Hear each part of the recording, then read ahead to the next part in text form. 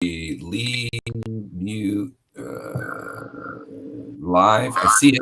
Am I live? Yeah. Okay. All right. Good day. Do you want to restart? No, we are live. Yeah. Yeah. Okay. All right. Thank you. Thank you, Good Age. Thank you, Carlos Villapudua. We are here today with our second episode for State Assembly District 13. I'm your host, Rod, saying good evening to all the Tracy residents and the District 13 residents that are listening to us or will be listening in the future. Thank you so much. And I would like Gurtej to please introduce our candidate and then let's just get going with our show. Thank you, Gurtej. Thank you very much, Raj. So today we have the great privilege of having Carlos, who is running as a candidate for California Assembly District 13. So he was a county supervisor from 2008 to 2016. Then the CEO of Hispanic Chamber, is a small business owner. Now I'll request Carlos to please share some more about him. Well, thank you, everyone. I want to first start up by thanking the Sikhs of Tracy, the Sikh community. It's an honor to be on with you guys. You guys are a humongous part of our community, a humongous part of our economy. And I want to thank you guys for what you guys do in bringing our economy and making it better and safer. I'm a proud father of 4 beautiful daughters. My wife and I have lived in Stockton, but for some reason, a lot of people think we now live in Tracy because it's so much time we've been spending on the campaign. But I really have gotten to love the folks out of Tracy. What a really nice, great community. Sometimes people will joke around. They'll say, "Hey, I see you in Stockton. What are you doing over there?" Because they really think I live there. But I've been fighting to make sure that our community is safe. As a county supervisor, even going into the private sector, I realized that when I thought I was out of politics, I enjoyed being part of our community and being a business owner. But then the phone started ringing. People started asking, "Hey, Carlos, you should really consider coming back." And I gave it some thought. Just like most of us, what do? We go to our mentors, we go to our community, and I really spoke with a lot of folks before making this decision. Even sat down and spoke to my wife, and with a great group of volunteers that I have in AD13, and which I'm very, very thankful. We're committed. We are committed. We've been working extremely hard. We take this seat very, very serious. As you see what's going on in our country and our state and even our community, we got to make sure that we're going to put AD13, this district, at the state of California. And what I realized real quick is that Mountain House, Tracy are 2 different cities. Lodi and Stockton are 2 different cities. But it just seems like we've always been trying to cookie cut this as one. I've worked so hard to spend time to realize that each city has different priorities, and you have to fight for those different priorities. And that's what I'm going to do once I get to Sacramento. I'm going to make sure that we make this part of our Sacramento, so that they know that we're on the map. But at the same time, I want to make sure for the Sikh community knows this, that I want them to be involved in our district. I want them to be part and know that in Sacramento they're going to be important. And I plan to, and I want to let you guys know, I plan to hire Punjabis in my office. I want to make sure that we have Sikh folks representing them in Sacramento. Thank you. Thank you, Carlos, for giving such a great introduction. And as we're progressing into our show, I think we should start with our first topic of our discussion. That's regarding COVID-19. As you know, it's a global issue, and it's being faced in different countries. Everybody's impacting from all the way top to the bottom. So if you get elected, what are some of the approaches or some of the issues or challenges that you're hearing through your campaign, coordinating with the residents or the voters that you would be addressing? And what are some solutions that you're stating and we would like to know about that? So, what I realize everyone has a stake at this right now. Everyone is listening to this new story. This is because it is a story that we're all following, from the minute that we wake up to the minute we go to bed. I've been watching what as far as like the health department or what they're doing, but I'm going a little deeper, looking at what Johnson & Johnson is doing, Moderna is doing, Pfizer is doing. Some of them are now in the third stage. This is all great news, because our economy needs to go back to open. We need to make sure that we're going to open up our doors, but we're going to do it safely. We're going to do it, we're going to do it with folks knowing that we have to get out of this zone area that we're in right now. And once we get past this zone, we really need to take a different approach in how we first opened up the doors, right?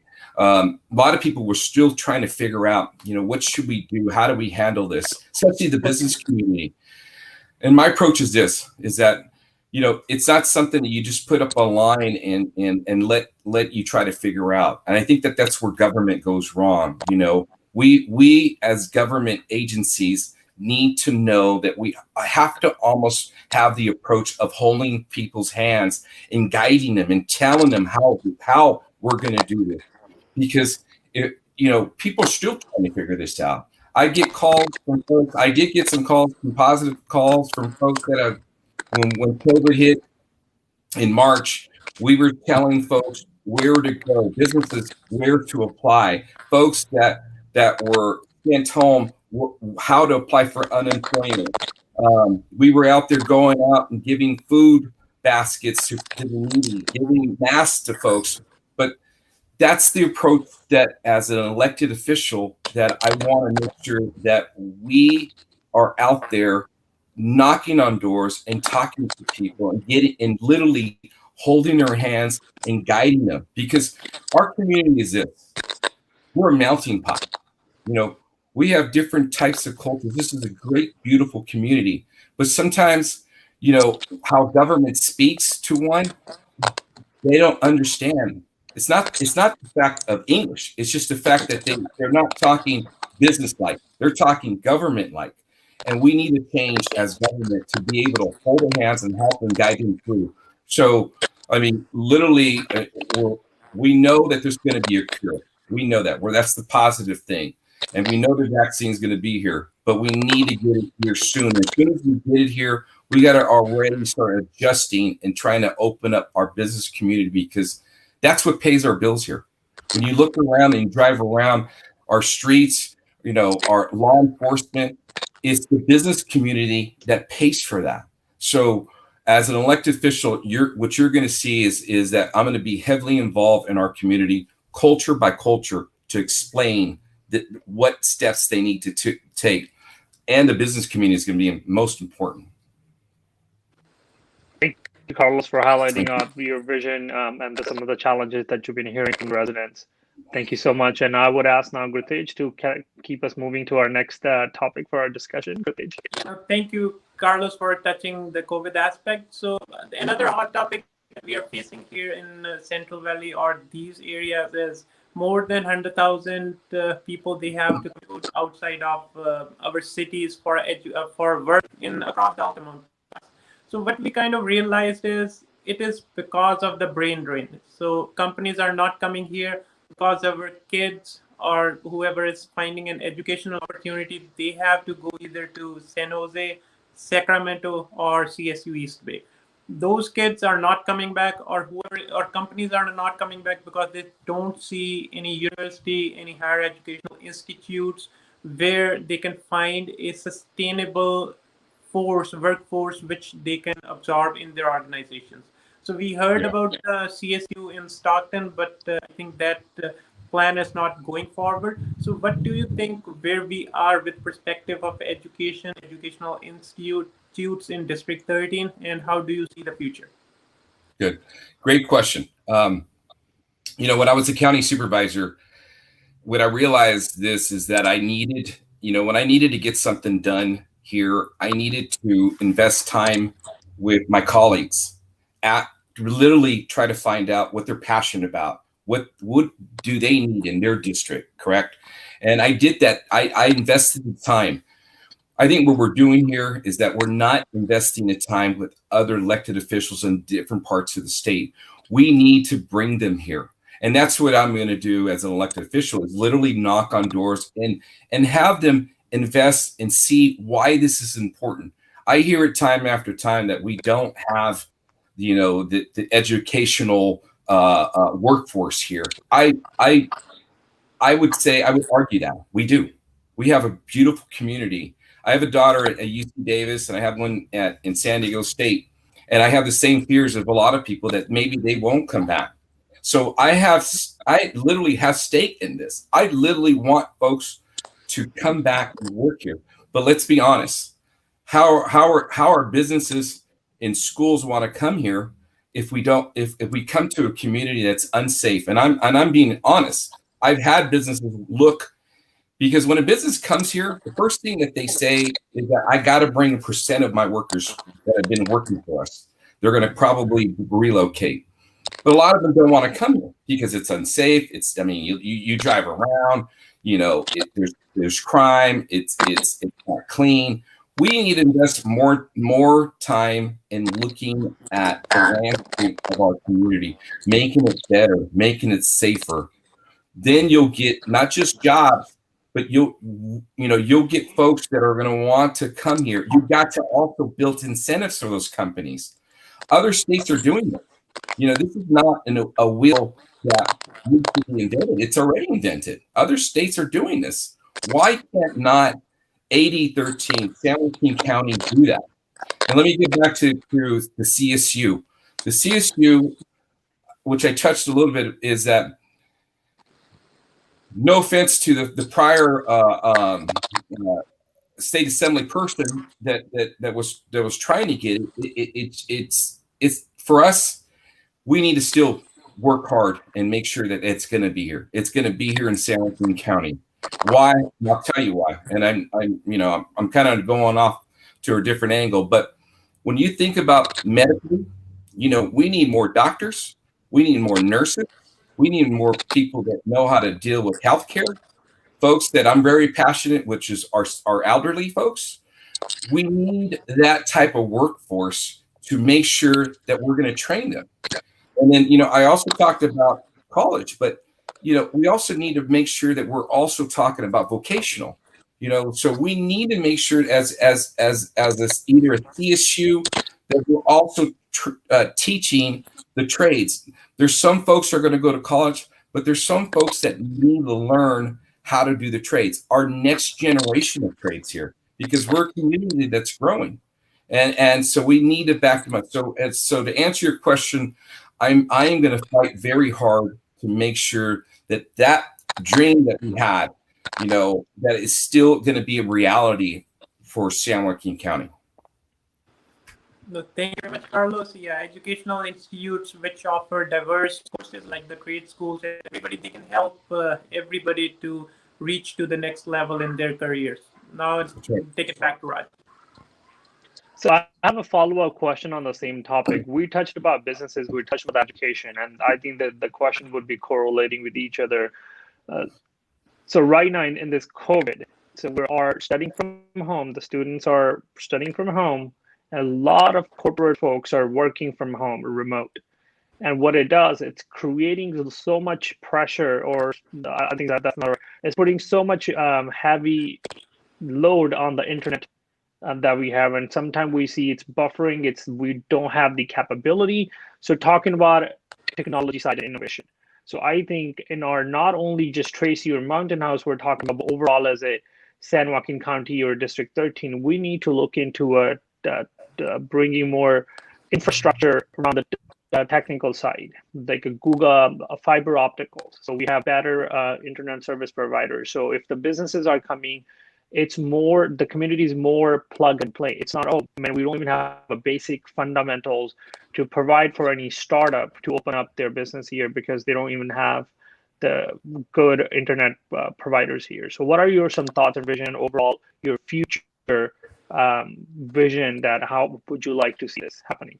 Well, first of all, I just want to, California Teachers Association have endorsed me, and I'll tell you why. It's because we're in a community that not everyone has that access.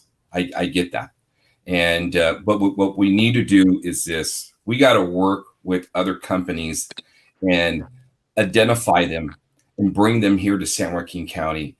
And either if it's a startup, a kiosk type building, but we need to also, government's not going to be the only answer. We need to get the private sector involved, because the private sector that's the next generation that they are going to be hiring. So we really need to make sure that we involve the private sector, we involve folks from that have those businesses, and get them here to San Joaquin County. This is a beautiful community that you know, you're 2 hours and a half from Tahoe, an hour and 15. And not only is it most important to have the people here, everyone from Mountain House, a good percentage of folks from Mountain House, good percentage of folks from Tracy drive over to Altamont.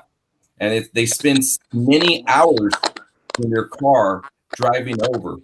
You know, we need to make sure that those companies that they're employing come here, and we need to get them involved in our education and help the next generation here in San Joaquin County. Okay. Thank you for highlighting on that, Carlos. And now it's moving to the next topic for our discussion, which is the public safety. So what are your stand and what's your point of view on regarding our public safety area? Well, like I said earlier, you know, I said Mountain House, Stockton's different, Lodi, Tracy's different. And here's what I realized, because, you know, part of my campaign, I mean, a humongous part of my campaign has been grassroots campaigning, literally knocking on doors and talking to folks prior to COVID, and then still after COVID. You know, we have walkers out there with masks and gloves, but we're still dropping a hanger. And the one thing that I've noticed in this, let me take city by city, but Mountain House, you know, they have their ring doorbell, which everyone has them. Even in Tracy, you're starting to see that. But what I see also is that you've got cameras. You know, folks are living in their homes, you know, I feel that they're unsafe, and they don't need to live like that. You know, I was brought up here and raised here, and I remember just being able to ride my bike anywhere. You know, I live across the street from a park, but if my daughters go across the street in the park, I have my eyes on them. I'm constantly watching them. I'm constantly asking them. That's not the way I was raised. And I don't want, you know, people that are listening to me to raise their kids that way either. So public safety is important. And you know, people talk about defunding police. No, I'm not for that. I have my degrees in social work, so I have a heart for folks, you know, and I understand what is going on out there, and I'm so proud that I have, you know, state law enforcement, you know, in that their endorsement, their support, CHP behind me. But the most important thing about that is that we need to make sure that we're giving them all the tools that they need, continue education. And we need to, instead of defunding, we need to make sure that we're adding more police cars, you know, more comp cars, what I meant. More comp cars. For those who don't know what a comp car is, that a community car that knows our neighborhoods, that you know the officers, you know, that are working by name, and our kids that are growing up, you know them by name, that they feel safe, that they feel comfortable, that they, when they see them, you know, it's as if they're running to them just to say hi and shake hands with them or a hug. That's the policing that we need here in our community. And I'm going to make sure that we fight for that and we protect that. So our community needs a lot more public safety. We need to make sure that we're working with them, you know, hands-on in our communities, and that's what you're going to see from our district, is that we're going to make sure that we fight for them. Thank you, Carlos. Thank you very much on that. Kritesh, please go ahead.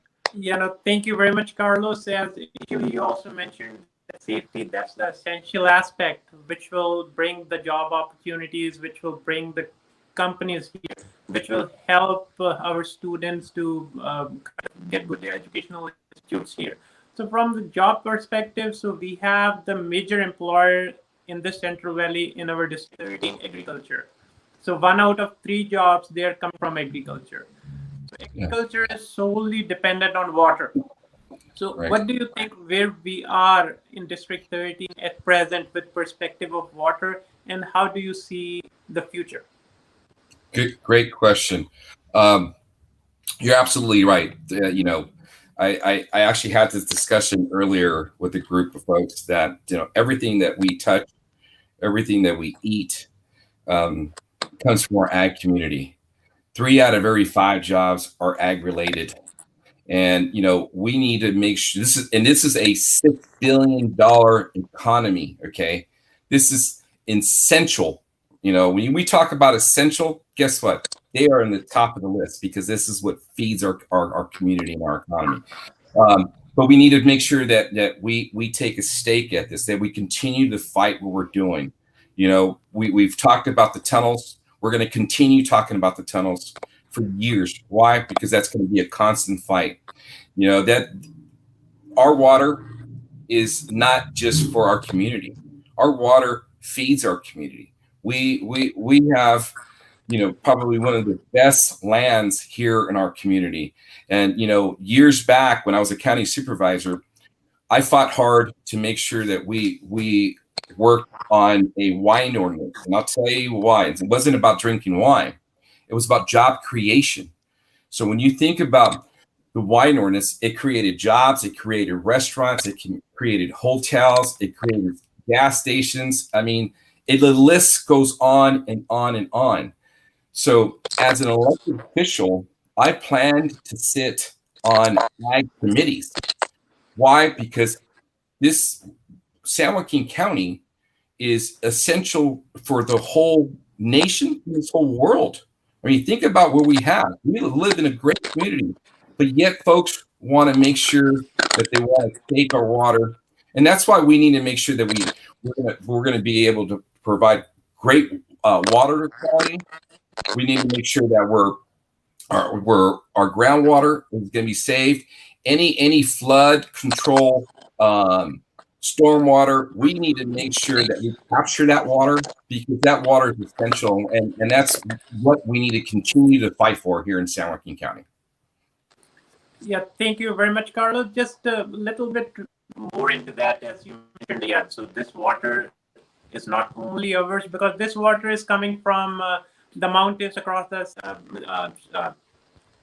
San Francisco. So the thing is, so it was channelized by our delta, by our levees in 20th century to Southern California too, because they are a growing community. They grow day by day.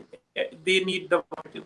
So from that perspective, water, like you have mentioned, the tunnels too. So the tunnels, that project is scratched, but these kinds of issues or these kinds of discussions will be coming in future too.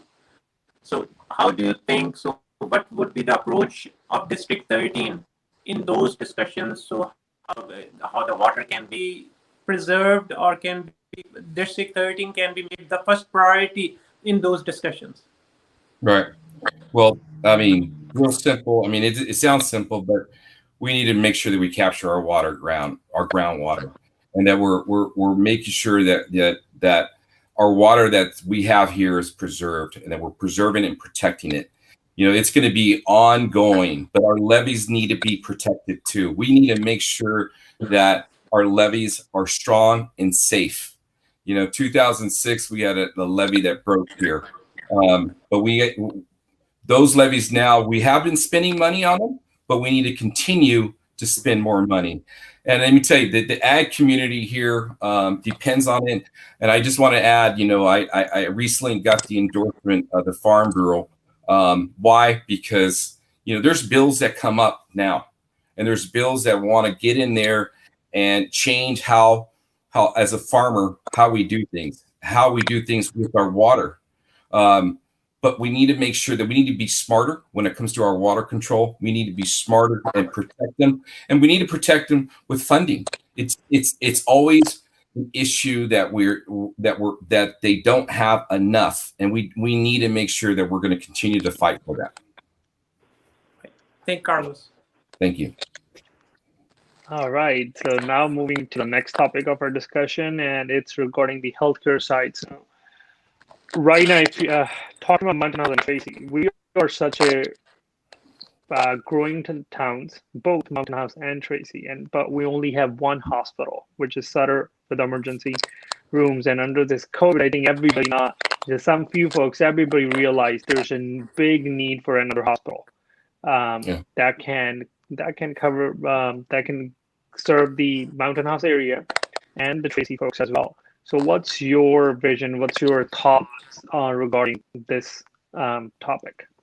That's a great question. Let me tell you that recently, the county closed down a couple of clinics here in San Joaquin County, and and that was a wrong approach to do. We should have partnered up with other hospitals. Years back when I first got elected in 2008, the hospital was losing $26 million a year, and we got together with everyone around San Joaquin County, every hospital. And I remember a colleague of mine saying, why do you want the competition sitting at the table? And I'll tell you why. If we were to close down back then, that everyone, it would flood other hospitals. Other ERs would not be able to handle it. So we kept that hospital going. We added a trauma center, and now that hospital is doing well. But during these times, these difficult times are not the times that we close down clinics. These are times that we start. This is a learning experience now. When you look at Mountain House and Tracy only has one hospital. Unacceptable. We need to make sure that we have another hospital for our folks, for our community. So I'm going to fight hard to make sure that we bring another hospital. I'm going to fight hard that we bring affordable health care, great quality health care, and not that's changing subject, but that's why we need to bring another CSU. Is because we need to make sure that we're bringing that type of quality of educators so our kids can live here. Our kids don't have to move to the Bay Area or out of the state. They can work here. We need this hospital here in Tracy. We really do. Either between Mountain House and Tracy, we only have one. If people get injured from Mountain House, either they go to Sutter or they go all the way to Manteca. Unacceptable. We need to make sure that we have another hospital there, and that we partner up with other folks. I was when we looked at the county hospital, I was very thankful for other hospitals to pitch in and bring their expertise. Again, that hospital, we turned it around, and it wasn't because of government. It's because we also added the private sector. We started thinking, how does the private sector think?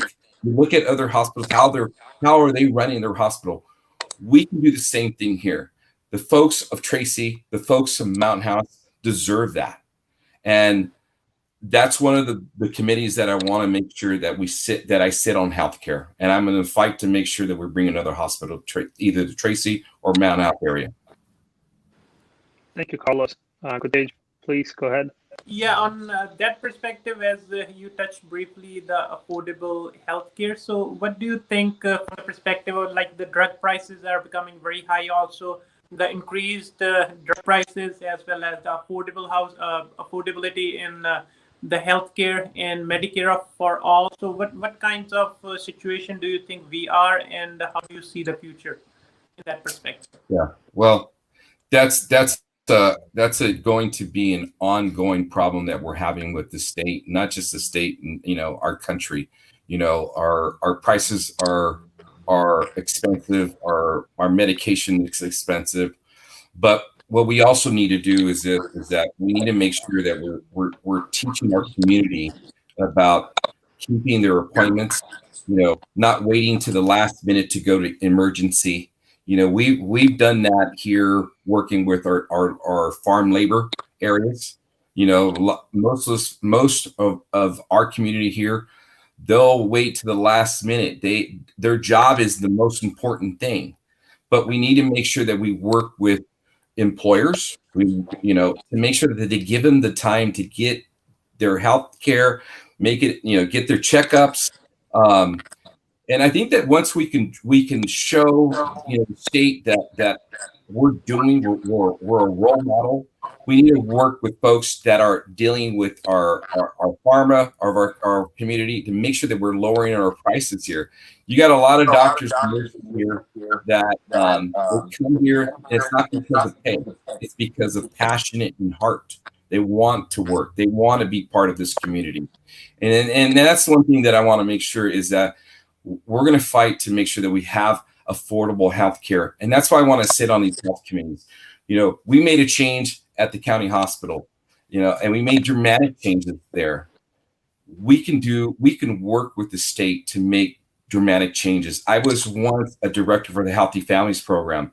And this program was, it gave folks the proud honor of owning an insurance plan. Even though they were paying maybe $4 to $6 a month, some were paying $12 to $28 a month, but it gave them the incentives to make sure that their kids were being checked up on, and so that we don't drive healthcare prices up. We need to bring programs back like that, and that's going to be a priority of mine. And once I get in Sacramento, is to work with our community and bring quality, great healthcare in San Joaquin County. Thank you very much, Carlos, for touching the healthcare aspect. So the other aspect we are seeing a challenge in our Central Valley or District 13 is the homelessness. So quarter of the population across our country, which is homeless, so they live in California. And in these cities like Tracy, Mountain House, and all these cities that are in District 13 Assembly, so they are facing this challenge. So where do you think we are right now, and how do you think what would be the future in respect to the homelessness? So this is dear to my heart. I rarely talk about this because, I had a brother that I lost to drug and alcohol. And it became part of not just drugs, but it became mental issues too. And what I realized this is that 30 days, 60-day programs, they don't work. It's just a revolving door. Our state just keeps spending money over and over and over. It's just a revolving door. There's a program in San Francisco called Delancey Street that I took the time to spend several days there. I got to examine why is this program so successful? And the program so successful is because they really don't put you back into your society when you're released. They work with you, they train you, that's why I'm very strong when it comes to vocational training. They give you vocational training. They train you to have 3 trades. So when you're back out with society, you have no excuses. You've actually have learned 3 different types of jobs. And this is what we keep doing wrong, is that we keep putting money into nonprofits that see this sometimes as a way of making money. And there's some that are really good. So I don't want to say all of them. But as an elected official, what I want to do is that the money that we're giving to, I want to make sure that I want to know where that dollar is going and how successful. I want to make sure their numbers have been successful, because if they're not a successful program, why do we continue to give them funds? We need to make sure that we bring programs that are going to be longer than 60 days. Folks that are going to be in there for 90 to a year. Those are successful programs. For folks that want to get in and take this serious, guess what? They're going to complete programs like that. So I want to make sure that when we are funding programs in San Joaquin County, that I'm looking to make sure that those are the programs that we're going to add. And I also want to make sure that we add vocational training to them, because, as soon as they get out, they have to have a job. So we want to make sure that they have learned a trade leading. If you drive around San Joaquin County, right, just look around the freeway. You'll see drivers needed, okay? Drivers needed. I talk to truckers every day. They can't find enough drivers. Why can't we put folks that have had a problem, correct them, give them the mental help that they need, get them back on their feet. There's going to be a percentage of those folks that, they were only homeless because they couldn't find a job. We can put them back into the trucking. We can literally help them get their Class A license. We're doing it now, but very, very small. We need to spend more money. Our economy here, if you drive around, we're a trucking hub.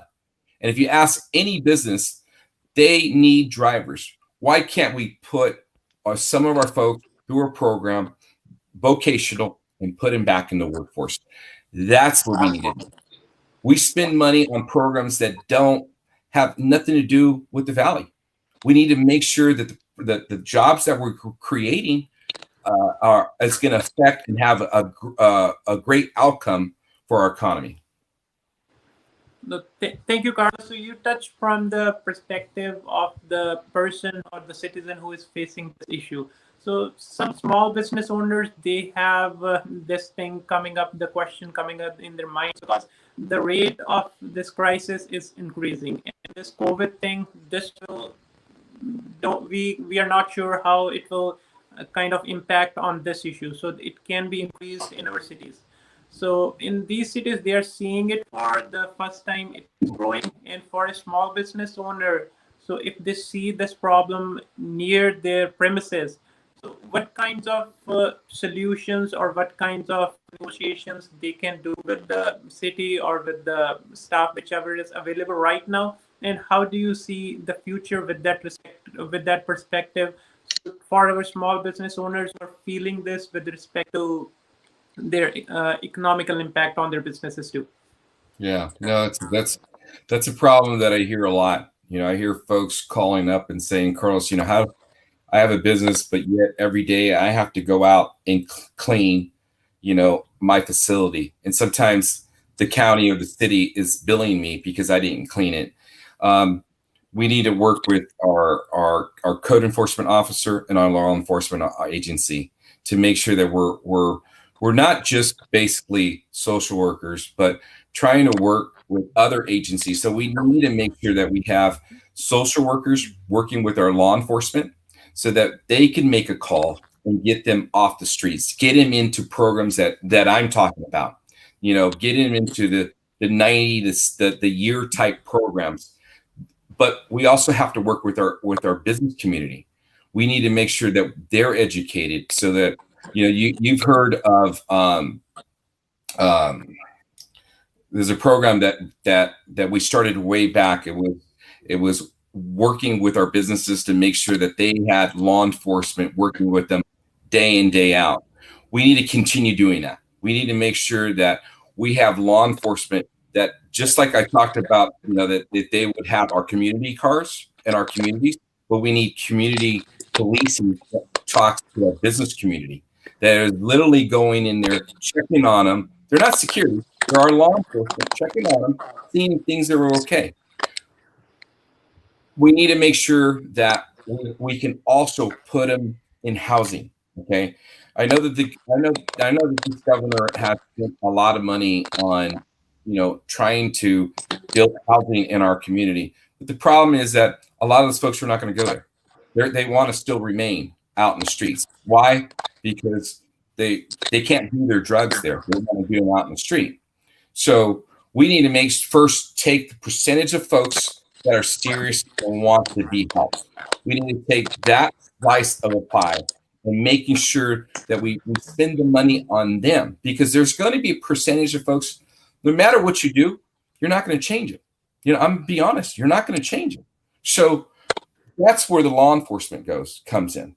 We need to figure out where they're going to go. But the folks that are serious and want help, we need to make sure that we provide them the tools that they need, the housing that they need, the vocational training that they need, and making sure that we're also getting them back into work. We can't just release them. We need to make sure that they have a job, that they still have housing, but they have a job. They're going to a job every day. There's wheels that have been invented. I've taken a trip years back with Judge Lucaccini to New York, and these are tools that New York, certain parts of New York, are using and they're working. But these kiosk offices, they're not behind the government. They're in the community, in the heart of where we see the homeless, so that the homeless can literally come to the kiosk office and ask for help. And at the same time, we can have social workers out in the street working with them. Thank you very much, Carlos, for touching this aspect. Now I'll turn it back to Raj. Oh, you're on mute, Raj. I'm so sorry, I was on mute. I now it brings us to the end of our discussion. We had all the topics that we heard from the different folks that they wanted to hear from you for the District 13 candidates. So Carlos, at the end, if there's anything that we haven't touched on, you can please go ahead and address that. If there's anything left that you would like to let your voters know.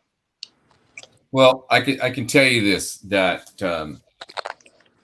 what I've learned in this race is it's not about Republicans or Democrats or independents.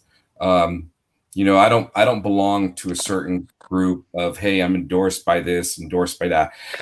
Here's what I've been working very hard in our community is to take community by community, culture by culture. I've sat with the Hmong community. I sat with the Vietnamese community. I sat with the Punjabi community. You know, I know the importance of their priorities. I know what they need here in San Joaquin County. And at the end of the day, like I talked about, every city that I'm working hard to represent, they're different. But at the end of the day, it's about public safety. It's about creating jobs in our community.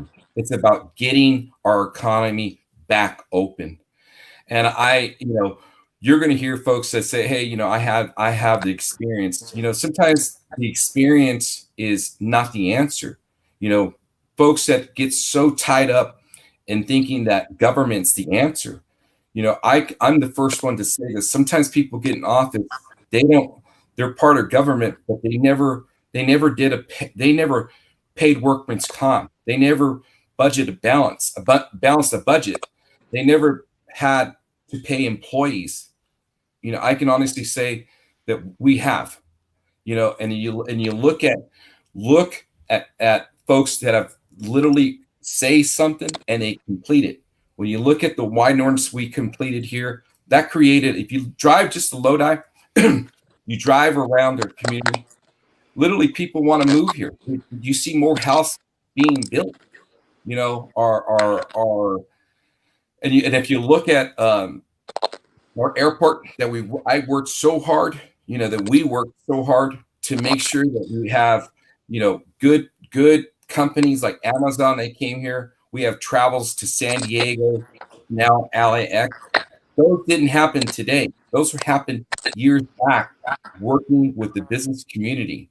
And if you look at as far as what we're heading, people tell me, Carlos, why would you want to go during these times?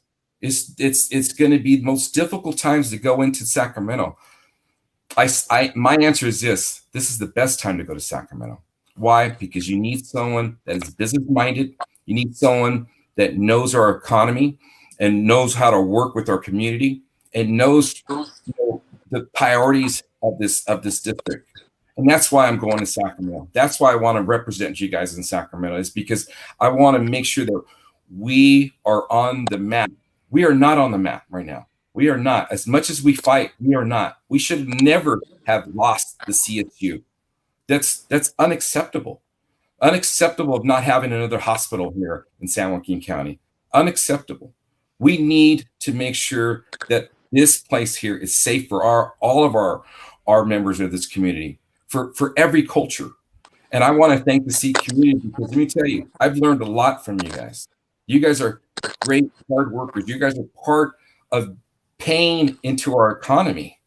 You know, and that's why, I mean, I surround myself around folks like that. Why? Because I don't have all the answers, but guess what?